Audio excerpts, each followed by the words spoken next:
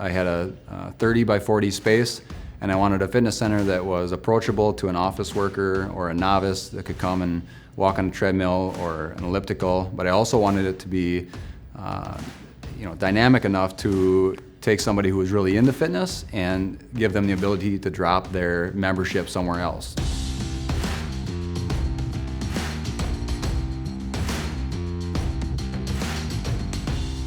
Bill's Distributing is a beverage distribution company out of western Wisconsin.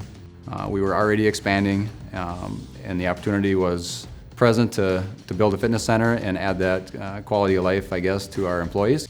So we had talked about putting a gym in prior to it actually being set in stone, and I told them that I thought it was a great idea, awesome opportunity just for all our employees. It's another benefit for when we're hiring new people.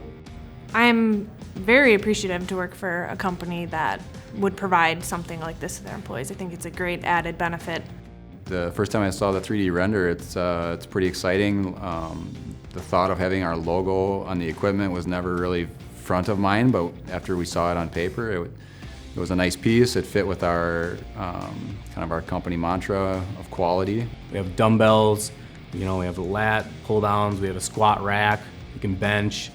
I use a lot of the free weights. I do a lot of stuff with the dumbbells, the squat racks, and a lot with the functional trainer pulling machine.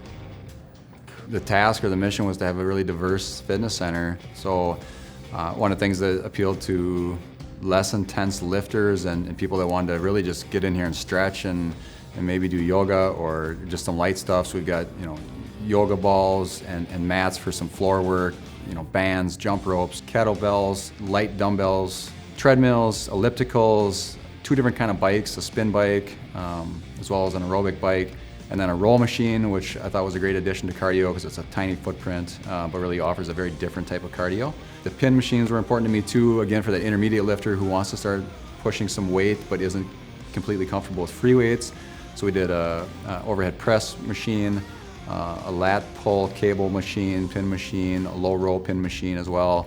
I feel good about investing in the fitness center for our facility. It's a one-time investment. The equipment's in my mind, is gonna last forever or near forever. I don't see it wearing out. I also look at it as a very small investment if I can create a better morale or a happier workforce. I would have to say it's probably one of the nicest gyms that we have in Menomonie, and it is in our warehouse.